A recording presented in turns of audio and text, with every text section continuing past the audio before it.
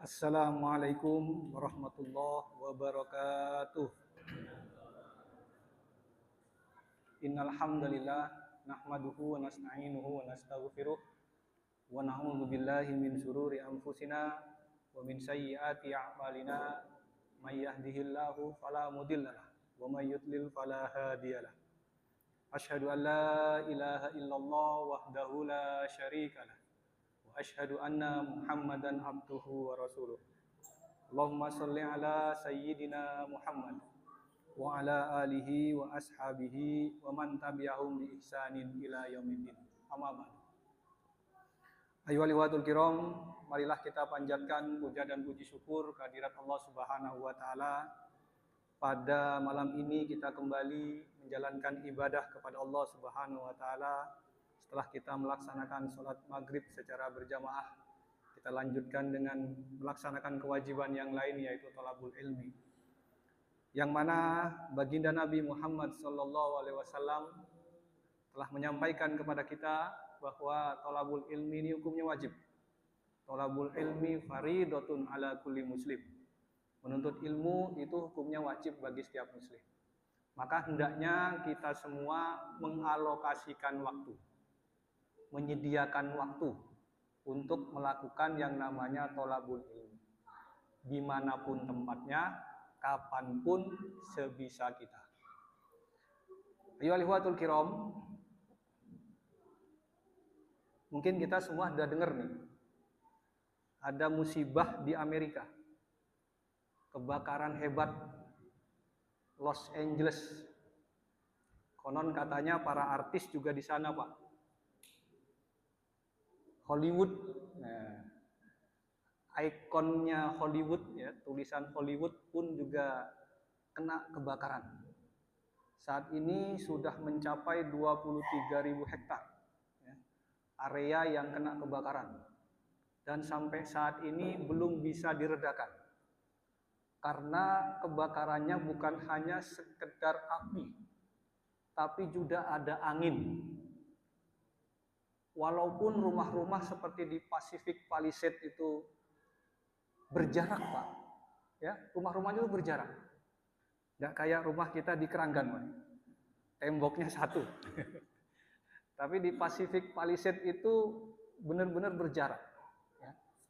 Tapi kebakar semua. Karena memang anginnya kenceng, ya, anginnya kenceng. Jadi walaupun, ya, rumah-rumahnya mereka itu berjarak, ya, kebakaran itu tetap terjadi. Walaupun, ya, pemadam kebakarannya sudah luar biasa canggih, Pak, canggih banget itu, ya, pakai helikopter, pakai pesawat, ya, semua dikerahkan, tapi ternyata tidak bisa menghadang kebakaran.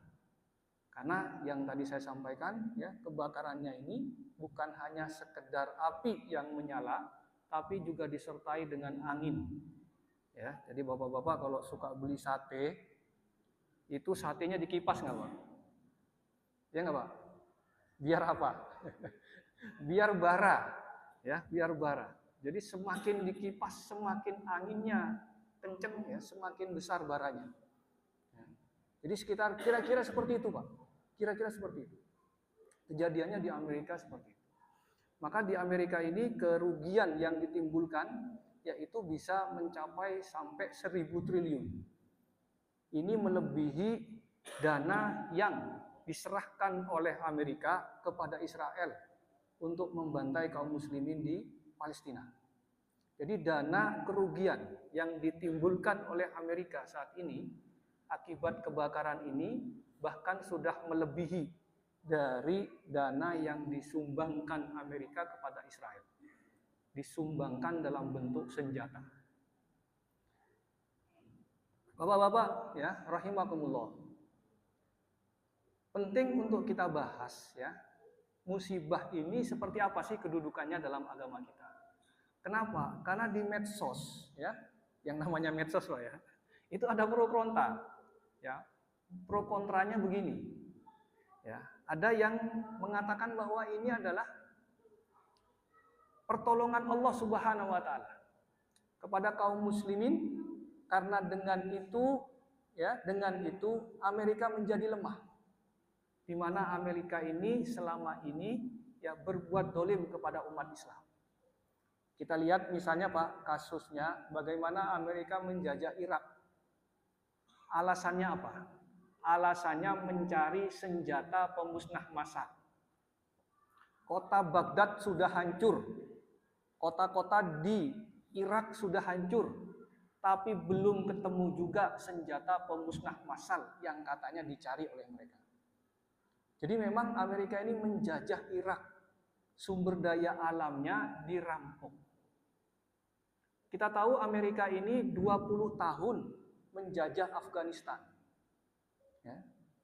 Mereka menjajah Afghanistan, ya, menangkap ya, orang-orang yang dianggap bertentangan dengan Amerika, menjebloskannya ke penjara. Bahkan kalau kita lihat di laporan-laporan terkait dengan penyiksaan mereka terhadap ya, kaum muslimin yang dipenjara itu sangat biadab, ditelanjangi, ya, lalu dicambuk, ya, lalu disiksa mereka. Itu sangat biadab. Ya. Makanya tidak heran Pak, tidak heran kalau musibah ini lantas dikatakan ya musibah ini adalah ya peringatan dari Allah Subhanahu wa taala atas kecongkakan, kesombongan, ya, kedoliman yang dilakukan Amerika selama ini. Tapi kita akan bahas bukan secara detail ya spesifik ya apa yang terjadi di Amerika, tapi akan kita bahas secara keseluruhan apa itu musibah. Nah, gitu ya. Ikhwan fillah rahimakumullah, ya. Karena musibah itu bukan cuma menimpa orang Amerika. Betul tidak, Pak? Bahkan kita pun seringkali kena musibah.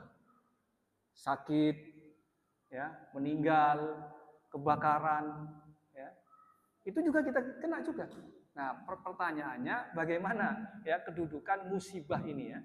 Bagaimana definisi tentang musibah ini?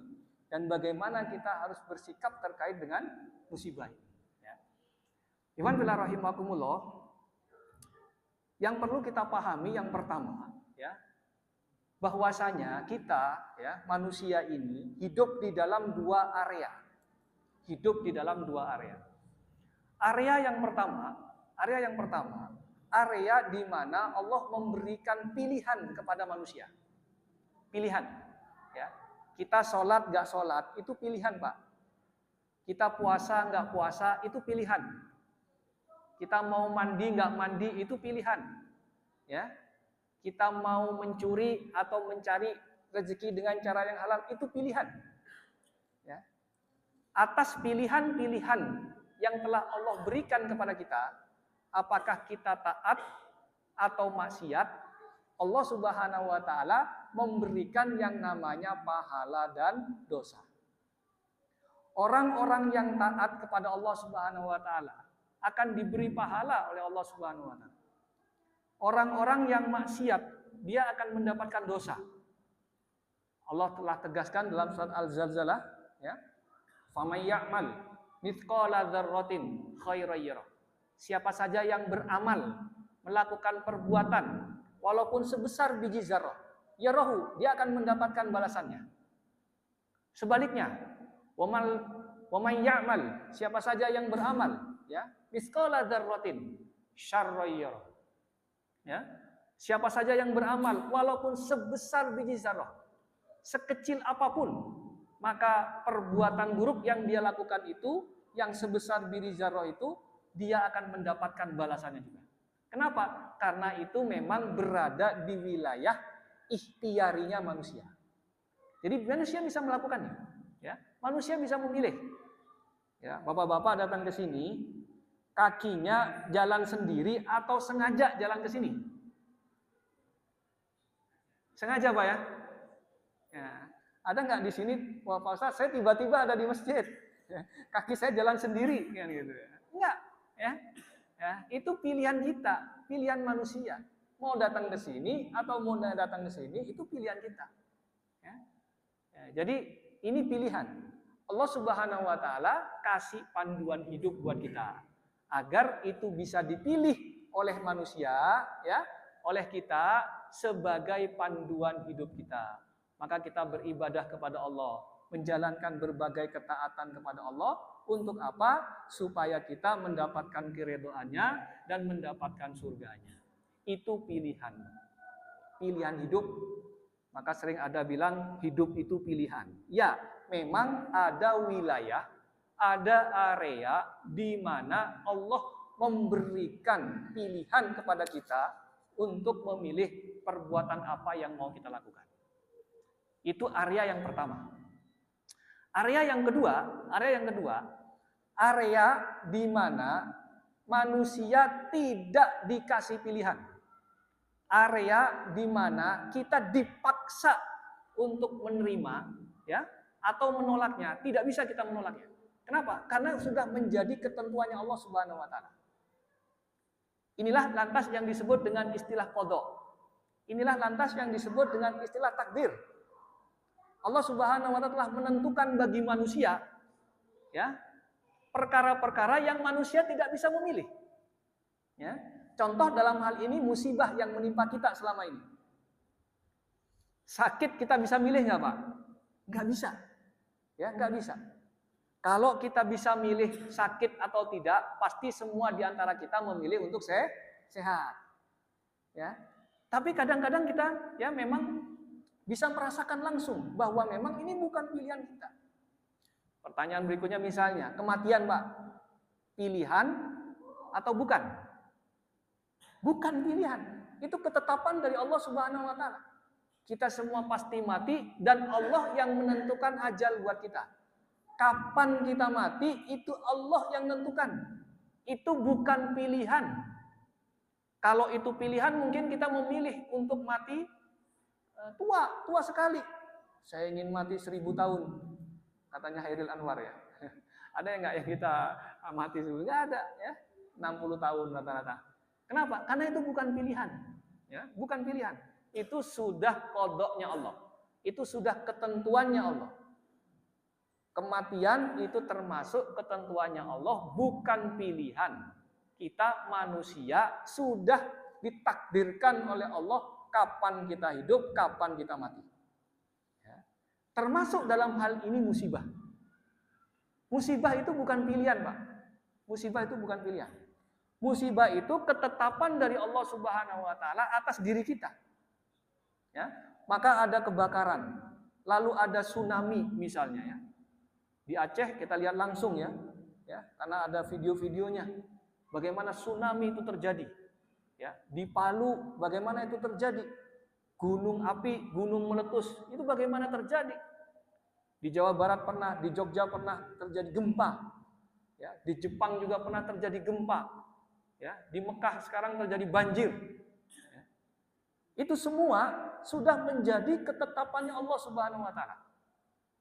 Manusia dalam hal ini tidak bisa memilih. Ya. Tidak bisa memilih. Mati atau tidak kita tidak bisa memilih. Banyak orang yang sakit meninggal, tapi banyak juga orang yang sehat juga meninggal. Ya, benar nggak, Pak? Ya kan? Ada orang yang seger, Pak, ya, atletis bahkan ya, tapi meninggal dia. Ya. Bahkan mungkin tidak ada ya pendahuluannya, ya tiba-tiba saja meninggal. Ya. Ada yang seperti itu. Ya. Kemarin juga ada kecelakaan pesawat. Ya, di bulan Desember ini itu kalau nggak salah ada 6 kali kecelakaan pesawat. Ya. 6 kali kecelakaan pesawat. Ya. Pertanyaannya, apakah pilotnya mau kecelakaan? Enggak kan? Apakah penumpangnya mau kecelakaan? Enggak, tidak. Semua itu ketentuan dari Allah Subhanahu wa taala. Kita tidak bisa memilih. Ya. Maka kaidahnya, Bapak-bapak, saudara-saudaraku sekalian yang dicintai Allah Subhanahu wa taala, untuk perkara yang di dalam lingkaran yang kedua ini, itu Allah Subhanahu wa taala memerintahkan 2 hal. Pertama, kalau itu kebaikan, maka kita diperintahkan untuk bersyukur kepada Allah Subhanahu wa taala. Ya. Perkara yang berada di luar jangkauan kendalinya manusia, ya. Kalau itu kebaikan, maka kita diperintahkan untuk bersyukur kepada Allah Subhanahu wa taala. Kita mendapatkan rezeki yang melimpah. Itu bersyukur. Pertanyaan saya, rezeki melimpah itu pilihannya manusia atau ketetapan dari Allah? Kalau pilihan semua Pak, kalau pilihan manusia Pak, kita semua ingin rezeki yang melimpah. Nah, begitu ya Pak Tukimin ya. Nah, atau maunya yang ini sengsara? Semua kita pengen rezeki yang melimpah. Tapi itu bukan pilihan kita masalahnya. Itu udah ketetapannya Allah Subhanahu wa taala. Ketika kita mendapatkan rezeki yang melimpah, maka kita wajib bersyukur. Ya, syukurnya kita dengan ketaatan kepada Allah Subhanahu wa taala. Syukurnya kita dengan bersedekah, dengan berzakat, menjalankan berbagai ketaatan kita kepada Allah Subhanahu wa taala. Ya. Namun ikhwan fillah rahimakumullah, kalau itu keburukan, Allah perintahkan bersabar. Allah perintahkan bersabar. Kita mendapatkan saudara kita meninggal, sabar. Kita mendapati diri kita sakit, sabar kita. Ya, rezeki kita seret, bersabar kita. Ya. Saudara kita kena musibah, sabar kita. Nah, ini di lingkaran yang kedua. Kenapa? Karena kita yakini di lingkaran kedua ini minallah, datang dari Allah Subhanahu wa taala. Ya, kita tidak memiliki kemampuan ya untuk menolaknya. Kita tidak memiliki kemampuan menolaknya. Tapi kita bisa bersikap atas apa yang menimpa kita. Ya, maka kita wajib bersabar kalau itu merupakan keburukan. Nah, ikhwan fillah rahimakumullah. Nah, pertanyaannya kan balik ke pembicaraan tadi kita di awal, musibah ini masuk yang mana? Musibah itu masuk yang kedua, Pak. Itu sudah menjadi ketetapannya Allah Subhanahu wa taala. Jadi kalau ada kebakaran hebat yang terjadi di Amerika, itu sudah menjadi ketetapannya Allah Subhanahu wa taala. Manusia sehebat apapun dia, ya, secanggih apapun dia tidak akan bisa menolak itu. Ya. Dia tidak akan bisa sanggup menolak itu. Pak, waktu terjadi tsunami, ya, waktu terjadi tsunami di Aceh, ya, itu ratusan ribu meninggal, ya, itu tidak ada orang yang bisa menolak kejadian itu, ya, terjadi dengan tiba-tiba, ya, luar biasa itu tsunami begitu besarnya, ya, meluluh lantakkan seluruh, ya, tempat di Aceh, ya. Itu semua ketetapan dari Allah Subhanahu wa taala, ya, itu bukan kehendak manusia. Itu ketetapan yang sudah ditetapkan oleh Allah Subhanahu wa taala. Maka karena ini keburukan, sikap kita sebagai orang Islam, ya, itu adalah bersabar. Namun Bapak-bapak, saudara-saudaraku sekalian yang dicintai Allah Subhanahu wa taala, penting bagi kita, ya, untuk menilai, ya, musibah ini ternyata di dalam Al-Qur'anul Karim, ya, itu ada beberapa tipe, ya, ada beberapa jenis. Ada musibah, ya, ada musibah yang Allah Subhanahu wa taala sebutkan dalam Al-Qur'an, itu musibah tujuannya untuk menguji manusia. Ya. Jadi, kenapa Allah turunkan musibah buat kita? Nah, Allah Subhanahu wa taala dalam Al-Qur'an itu sebutkan, kenapa Allah Subhanahu wa taala memberikan musibah kepada manusia. Yang pertama, kenapa Allah Subhanahu wa taala memberikan musibah kepada manusia?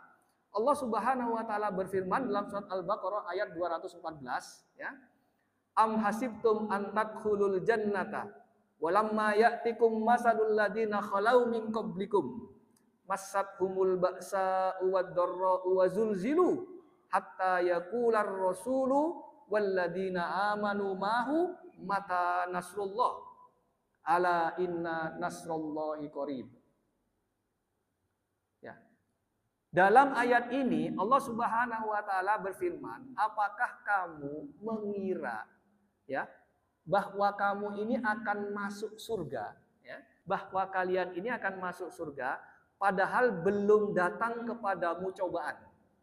Padahal belum datang kepada kalian itu ujian, ya. Seperti yang dialami oleh orang-orang yang terdahulu. Apa yang dialami oleh orang-orang terdahulu? Penderitaan. Apa yang dialami orang-orang terdahulu? Rasa takut. Jadi ayat ini, Pak, ayat ini turun ketika terjadi perang Khandaq. Ceritanya ayat ini terjadi turun ketika perang Khandaq. Jadi perang Khandaq itu adalah perang, ya, yang dilancarkan oleh orang-orang kafir Mekah. Mereka ini bersekutu, Yahudi, Nasrani, musyrik, mereka bersekutu. Makanya perang Khandaq ini juga disebut dengan perang Ahzab. Karena mereka berkumpul bersatu untuk memerangi umat Islam. Pasukan Ahzab waktu itu jumlahnya 10.000. 10.000.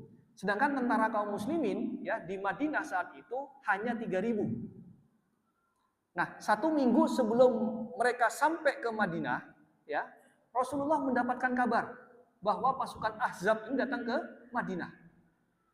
Lalu Rasulullah SAW menyampaikan kepada para sahabat, lalu ada sahabat yang mengusulkan, ya, sahabat ini namanya Salman Al-Farisi. Salman Al-Farisi waktu itu mengusulkan, ya Rasulullah, kita bikin aja parit pertahanan, ya. Di depan kota Madinah itu, karena Madinah itu kan samping-sampingnya gunung, ya. Jadi yang di depan, yang mau bisa masuk mereka ke kota Madinah itu dipasangin parit pertahanan. Supaya apa? Supaya mereka tidak bisa masuk dengan mudah. Ketika mereka berupaya untuk masuk, kita panah. Kira-kira begitu. Kan jumlahnya besar, 10.000. Ya, ketika mereka masuk, kita panah. Ya, mereka mau masuk, berupaya untuk masuk, dipanah. Maka dibuatlah parit pertahanan, dibuatlah Khandaq. Khandaqnya ini ya, itu panjangnya itu 8 km. 8 km. Ya. Lebarnya supaya kuda itu tidak bisa lompat gitu ya, itu dibuat 5 meter, Pak. Jadi kalau 5 meter berarti dari sini mungkin sampai sana ya. Lebar banget ya. Nah, panjangnya 8 kilo. Lalu dalamnya itu kedalamnya 3 meter. Bisa dibayangkan, Pak? Bisa dibayangkan, ya.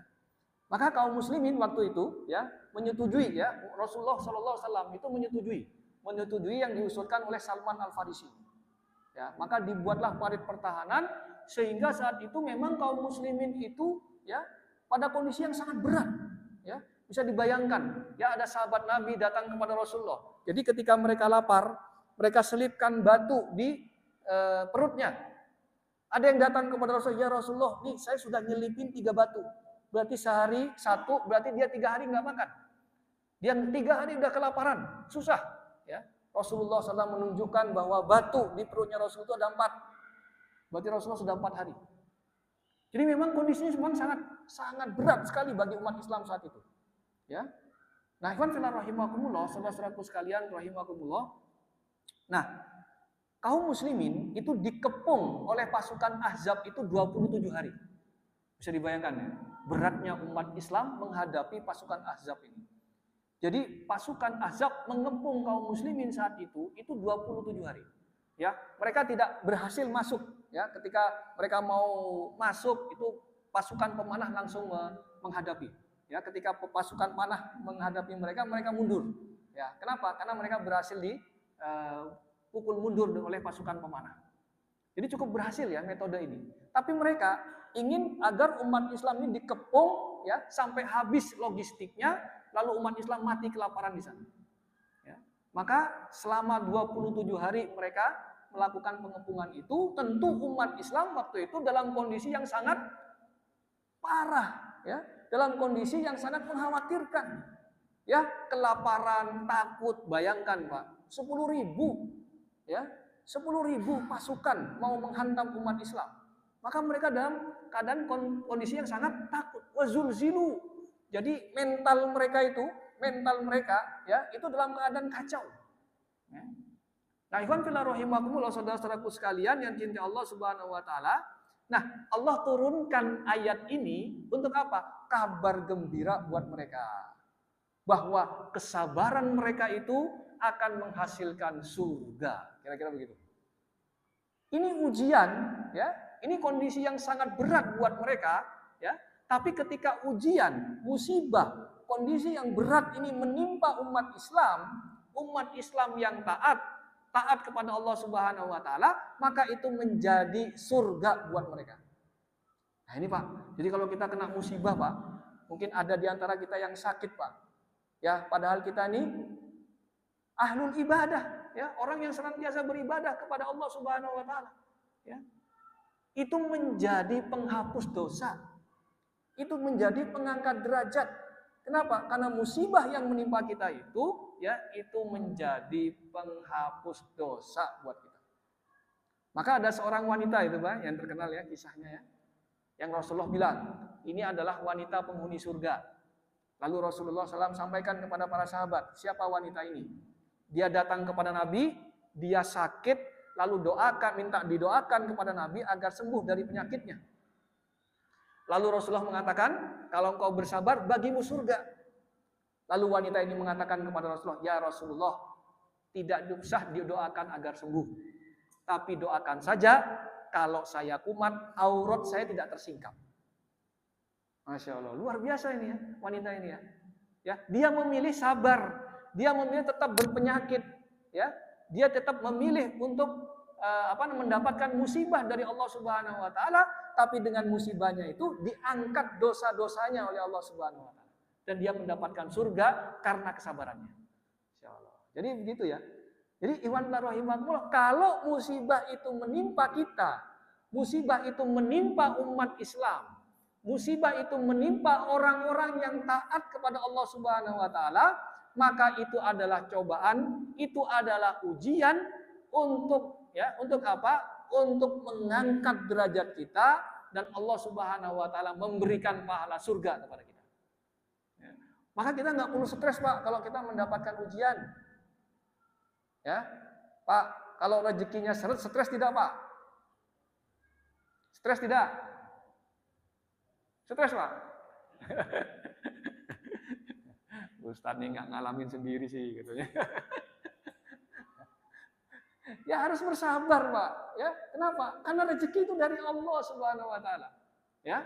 Kita harus yakin memang itu rezeki dari Allah Subhanahu wa taala. Mudah-mudahan Allah mengangkat dosa kita kalau kita memang rezekinya seret. Kalau kita kena musibah, Pak, sakit gitu misalnya, ya. Stres gak kita? Stres. Datang ke rumah sakit, ya tagihan berapa? Oh, tagihan mahal banget gitu ya. Ya. Kita yakini, Pak, bahwa yang menimpa kita kalau kita ini orang beriman, kalau ini kita orang bertakwa, itu adalah ujian yang bisa menghantarkan kita kepada surganya Allah Subhanahu wa taala. Ya. Ini janji Allah Subhanahu wa taala. Ya. Allah memberikan surga kepada orang-orang yang sabar atas musibah yang menimpa dia.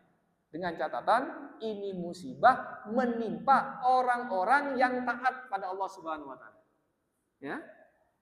Gak usah dikait-kaitkan dengan dosa dia, gak usah, gak ada. Kenapa? Karena dia orang taat kepada Allah Subhanahu wa taala. Ya. Iwan fillah rahimakumullah, saudara-saudaraku sekalian yang dicintai Allah Subhanahu wa taala. Banyak di antara kaum muslimin, ya, di masa-masa tertentu, ya, umat Islam itu dalam kondisi miskin. Ya. Bilal, ya, itu dalam kondisi miskin. Ya. Beberapa sahabat juga mengalami kemiskinan itu. Tapi mereka bersabar, ya. Mereka taat tetap kepada Allah Subhanahu wa taala. Mereka minta kepada Allah Subhanahu wa taala dan mereka ini adalah orang-orang yang dijamin masuk surga. Ya. Iwan rahimakumullah, ini adalah musibah. Musibah yang menimpa orang beriman.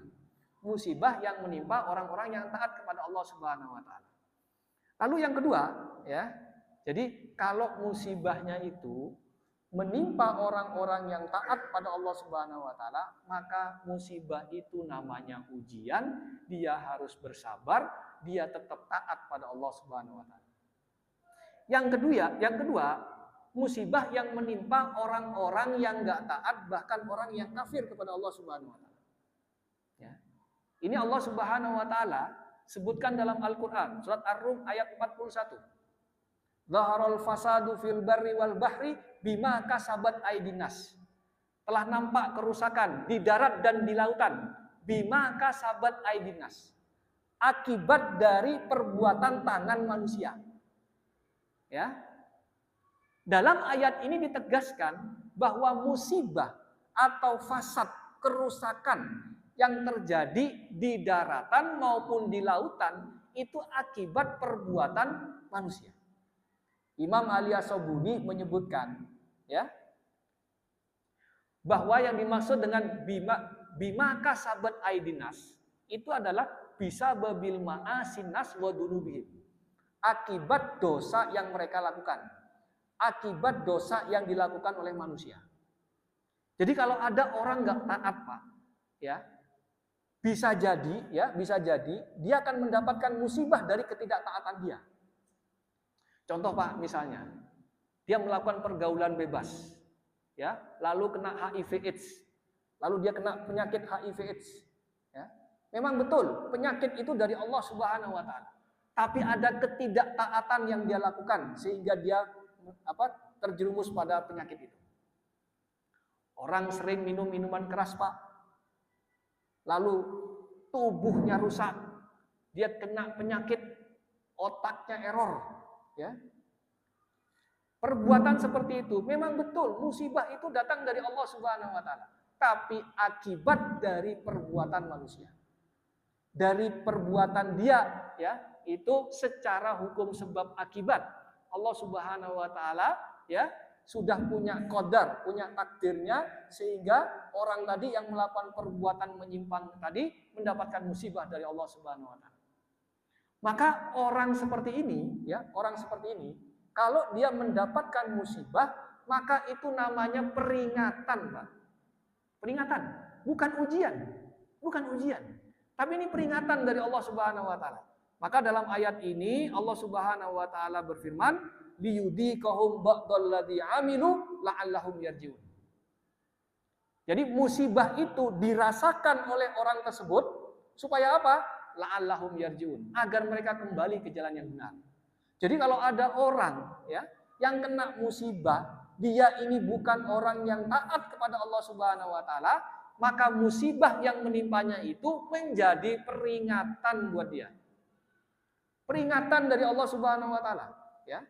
Dan Masya Allah, ini luar biasa, ya. Ini anugerah buat orang itu. Kenapa? Allah kasih peringatan, ya. Allah kasih peringatan. Bisa jadi Allah nggak kasih peringatan. Kalau nggak dikasih peringatan, namanya istidraj. Ya, dia melakukan kemaksiatan tapi dia senang terus. Gak pernah ada musibah buat dia. Istidraj namanya itu, Pak. Ya. Tapi bagi orang-orang, ya, yang mendapatkan musibah karena kemaksiatan yang dia lakukan, itu menjadi peringatan buat dia. Makanya kalau kejadiannya seperti ini, dia tidak taat, lalu ada musibah, lalu ada fasad, lalu ada kerusakan, maka solusinya la'allahum yarji'un. Dia harus bertobat, dia harus kembali ke jalannya Allah Subhanahu Wa Taala. Ya, kalau dia konsumsi narkoba lalu sakit gara-gara konsumsi narkoba, solusinya bukan sabar, Pak. Sabar, Pak, ya, tetap aja Bapak minum pakai narkoba, ya. Nggak gitu. Ini musibah dari Allah, Pak, gitu ya. Tetap ya Bapak, ya, dengan narkobanya, ya. Nggak begitu, ya. Kenapa? Karena ini adalah musibah akibat perbuatan tangan manusia. Maka solusinya dia harus kembali ke jalan yang benar. Ya. Kalau dia terhimpit ekonomi, ya, gara-gara misalnya dia melakukan transaksi ribawi, ya, sekarang ini luar biasa, Pak, pinjol itu, Pak. Beberapa kasus banyak bunuh diri, Pak. Ini kan transaksi ribawi, Pak. Maka dia harus sadar, ya, ketika dia mendapatkan musibah dari Allah Subhanahu Wa Taala, itu teguran. Segera ditinggalkan perbuatan maksiat yang dilakukan. Segera. Ya. Maka bapak-bapak, saudara-saudaraku sekalian, ketika kita mendapati musibah, ya kita harus introspeksi. Ini kenapa ini, ya? Maksiat apa yang kita lakukan? Maka ketika Umar bin Khattab, Pak, ya, ketika terjadi gempa di zamannya Umar bin Khattab, apa yang dilakukan oleh Umar bin Khattab? Dia bilang begini kepada para sahabat, maksiat apa yang kita lakukan sehingga gempa ini terjadi? Ini namanya introspeksi. Jangan-jangan musibah ini menimpa kita karena kemaksiatan yang kita lakukan. Nah, maka kita harus introspeksi nih, Pak. Ya, musibah, ya kalau kita orang taat nggak pernah maksiat, ya mungkin ya nggak apa-apa, ya kan gitu kan. Berarti ini ujian dari Allah Subhanahu Wa Taala. Tapi kalau kita maksiat, kita harus segera kembali ke jalan Allah Subhanahu Wa Taala. Ya, ini ujian dari Allah Subhanahu Wa Taala. Maaf ya, bukan ujian, ini peringatan dari Allah Subhanahu Wa Taala. Maka tolok ukurnya itu adalah aturannya Allah Subhanahu Wa Taala. Kita maksiat apa tidak? Ya, kalau kita maksiat, lalu kita mendapatkan musibah dari Allah Subhanahu Wa Taala, itu berarti teguran agar kita segera kembali ke jalan Allah. Ya. Ini kalau ada saudara kita gitu misalnya, kok kena musibah, kenapa? Oh ternyata dia suka minum minuman keras. Itu boleh Pak kita tegur Pak, hentikan minuman kerasmu. Ya, itu penyakit dari minuman keras. Karena kamu tidak taat pada Allah Subhanahu wa taala. Boleh Pak, boleh. Kenapa? Karena Allah telah tegaskan bahwasanya musibah yang menimpa orang yang tidak taat kepada Allah Subhanahu wa taala itu merupakan ya akibat dari perbuatan tangan dia sendiri. Ya, beda dengan yang pertama. Ya, ini masalah sikap. Memang dua-duanya dari Allah Subhanahu wa taala, tapi menyikapinya berbeda. Ketika musibah itu berlaku kepada orang-orang yang beriman, bertakwa, ya, dia tidak bermaksiat kepada Allah Subhanahu wa taala, berarti itu cobaan, berarti itu ujian untuk mengangkat derajat dia agar dia dimasukkan ke dalam surganya Allah Subhanahu wa taala. Tapi kalau itu dilakukan oleh ahlul maksiat, ya, maka itu merupakan peringatan kepada dia agar segera kembali ke jalan Allah Subhanahu wa taala. Yang terakhir. Ya, yang terakhir ini apa yang terjadi di Amerika. Muter-muter dulu saya Pak ya. Jadi begini Bapak-bapak, saudara-saudaraku sekalian yang dicintai Allah Subhanahu wa taala. Dalam Al-Qur'an itu banyak kisah-kisah umat terdahulu. Jadi umat-umat terdahulu itu oleh Allah Subhanahu wa taala yang ingkar kepada Allah Subhanahu wa taala, yang memusuhi nabi-nabi ya yang diutus oleh Allah Subhanahu wa taala, itu dimusnahkan, Pak. Dimusnahkan. Kaumnya Nabi Lut ya, itu dikasih petir halilintar ya. Mereka dimusnahkan, Pak. Kaumnya Nabi Musa ya, itu ditenggelamkan di laut. Mereka dimusnahkan. Orang-orang yang ingkar kepada Allah, sombong dia, ya, mengingkari ajaran Allah Subhanahu wa taala. Mereka ini diadab oleh Allah Subhanahu wa taala. Maka bisa jadi, Pak, bisa jadi. Ya, apa yang terjadi saat ini itu merupakan adab dari Allah Subhanahu wa taala. Adab atas apa? Atas kesombongan, atas kecongkakan, atas kedoliman yang dilakukan oleh orang-orang kafir, ya. Apalagi ya dia berlaku sombong kepada Allah Subhanahu wa taala. Sombongnya kepada Allah Subhanahu wa taala ya, misalnya dengan akan menjadikan ya Gaza itu sebagai neraka. Itu luar biasa, Pak. Itu kesombongan luar biasa. Coba siapa yang punya neraka? Allah kan? Ini ada manusia yang mau bikin neraka coba. Ya Allah, itu kesombongan luar biasa. Ya. Makanya ya tidak heran. Bisa jadi Pak, bisa jadi. Itu seperti umat-umat yang terdahulu. Allah Subhanahu wa taala memberikan peringatan kepada mereka ya bahwa ada kekuasaan Allah Subhanahu wa taala yang tidak bisa dibendung oleh mereka. Yang tidak bisa dibendung oleh mereka. Ya, tentu ini harusnya menjadi pelajaran. Harusnya menjadi pelajaran. Yang kedua, Bapak-bapak, saudara-saudaraku sekalian yang dicintai Allah Subhanahu wa taala. Saat perang Khandaq, Pak. Saat perang Khandaq. Rasulullah SAW ya, itu sangat berharap pertolongannya Allah Subhanahu wa taala.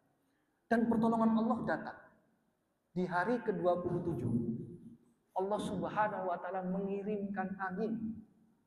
Ya, angin ribut, Pak. Dikirimkan kepada apa? Kepada pasukan Ahzab. 10.000 pasukan Ahzab yang membuat kemah di depan Madinah ya, untuk menghancurkan kekuatan umat Islam saat itu.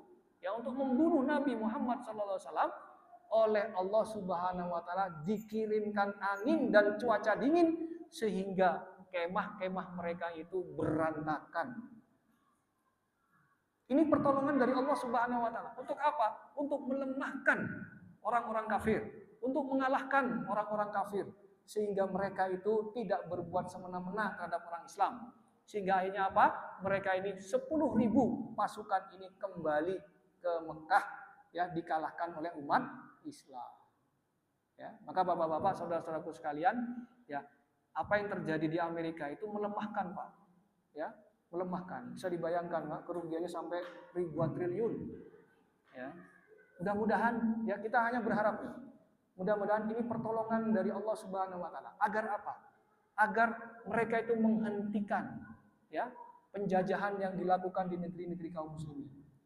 Agar mereka itu menghentikan bantuan kepada Israel, ya, tidak lagi ngasih bantuan kepada Israel untuk memerangi saudara kita di tanah Palestina. Ya, makanya kita berharap, ya, ini menjadi pelajaran keras, ya, buat Amerika, ya, agar apa? Agar tidak berbuat semena-mena, apalagi menampakkan kesombongannya kepada umat Islam. Ya, ini harapan kita semua, Kenapa? Kenapa sampai sekarang Pak, Masya Allah, Pak, saudara kita di Palestina masih dibantai, dibunuh oleh Israel, laknatullah alaih. Dan Israel laknatullah alaih dibackingin oleh Amerika. Setiap resolusi yang ada di PBB diveto oleh Amerika. Diveto, Pak, dibatalkan oleh Amerika. Ya, itu ya selama ini yang terjadi. Oleh karena itu wajar kalau kita ini berharap, ya, dengan kejadian ini, ya, membuat Amerika, walaupun kayaknya nggak kapok mereka ini, Pak, tapi itu membuat mereka itu menjadi lemah sehingga mereka tidak jumawa lagi, tidak memberikan bantuan lagi ke negeri kaum muslimin. Kenapa? Karena ngurusin dalam negerinya aja sudah kerepotan, apalagi mau ngasih bantuan kepada Israel. Ya, inilah makna ketika Rasulullah SAW dikasih kabar oleh Allah Subhanahu Wa Taala bahwa pasukan Ahzab itu dikirimi angin. Nah, dikirimi angin, Pak. Ya, dikirimi angin. Kalau ini bukan cuma angin masalahnya, angin dan api, angin dan api. Ya, mudah-mudahan mereka, ya, tidak mendolimi umat Islam lagi. Baik, itu bapak-bapak, saudara-saudaraku sekalian, ya. Mungkin itu yang bisa saya sampaikan, ya. Ini kayaknya waktunya sudah habis, ya. Atau masih ada tanya jawab? Ya, masih, ya. Silakan, Pak Agus. Assalamualaikum warahmatullahi wabarakatuh. Waalaikumsalam warahmatullahi wabarakatuh. Mengenai RT itu tadi Ustaz sudah sampaikan kalau tidak salah di dalam Al-Qur'an ayat 1 ya intinya. Apa dia dengan dia mau dalam kerusakannya. Mengenai Saudi Arabia yang ini dengan banjir, mungkin itu terkait dengan surah Al-Hujurat ayat 10 ya. Intinya umat Islam itu bersaudara, tapi mereka malah membuat benteng antara Palestina dengan Arab Saudi ya. Sehingga tidak bisa orang Palestina hijrah ke Mesir. Ya. Mungkin itu suatu peringatan mungkin ayat itu. Ya. Betul, Pak. Jadi intinya gini, siapapun yang melakukan kemaksiatan dapat musibah, dia harus introspeksi. Adakah kemaksiatan yang dia lakukan? Itu. Kenapa? Karena musibah yang menimpa kita, kalau dia orang beriman, ya, dan dia melakukan kemaksiatan kepada Allah Subhanahu Wa Taala, maka dia harus introspeksi. Ayat ini menegaskan liyudhiqahum ba'dalladzi aminu la'allahum yarji'un. Bahwa musibah yang ditimpakan Allah, ya, kepada orang-orang, ya, itu fungsinya apa? Agar mereka kembali ke jalan yang benar. Artinya kita diminta introspeksi, kejahatan apa, kemaksiatan apa yang dilakukan oleh kita sehingga kita mendapatkan musibah, sehingga kita mendapatkan teguran, mendapatkan peringatan dari Allah Subhanahu Wa Taala. Nah, jadi begitu. Jadi kalau Pak Agus tadi sampaikan, ya itu benar, ya. Musibah yang terjadi itu harusnya introspeksi. Kenapa ini ya? Ya, kenapa kok ada musibah ini? Jangan-jangan ada kemaksiatan yang dilakukan oleh kita. Ya. Nah, kita semua introspeksi. Agar apa? Agar kembali ke jalan yang benar. Begitu. Kenapa? Karena kemaksiatan itu, ya, itu mengundang adabnya Allah, mengundang musibah dari Allah Subhanahu Wa Taala. Maka tadi ayatnya jelas tuh, ya. Dhaharul fasadu fil barri wal bahri bima kasabat aydinas. Nampak kerusakan di darat dan di lautan bima kasabat aydinas. Karena tangan manusia bisa babil ma'asinas wa dunubihim. Akibat kemaksiatan, maasi itu kemaksiatan, wa dunubihim, dan dosa-dosa yang dilakukan. Makanya tadi saya sampaikan, kita ambil pelajaran dari Umar bin Khattab. Ini Umar bin Khattab. Ya, ketika terjadi gempa, beliau katakan, maksiat apa yang kita lakukan? Ya, hentikan. Kira-kira begitu. Baik, itu ya Bapak-bapak, saudara-saudaraku sekalian. Kurang lebihnya mohon maaf. Ya, kita tutup dengan membaca doa penutup majelis. Subhanakallahumma wa bihamdika asyhadu an la ilaha illa anta astaghfiruka wa atubu ilaik. Billahi taufiq wal hidayah. Assalamualaikum warahmatullahi wabarakatuh.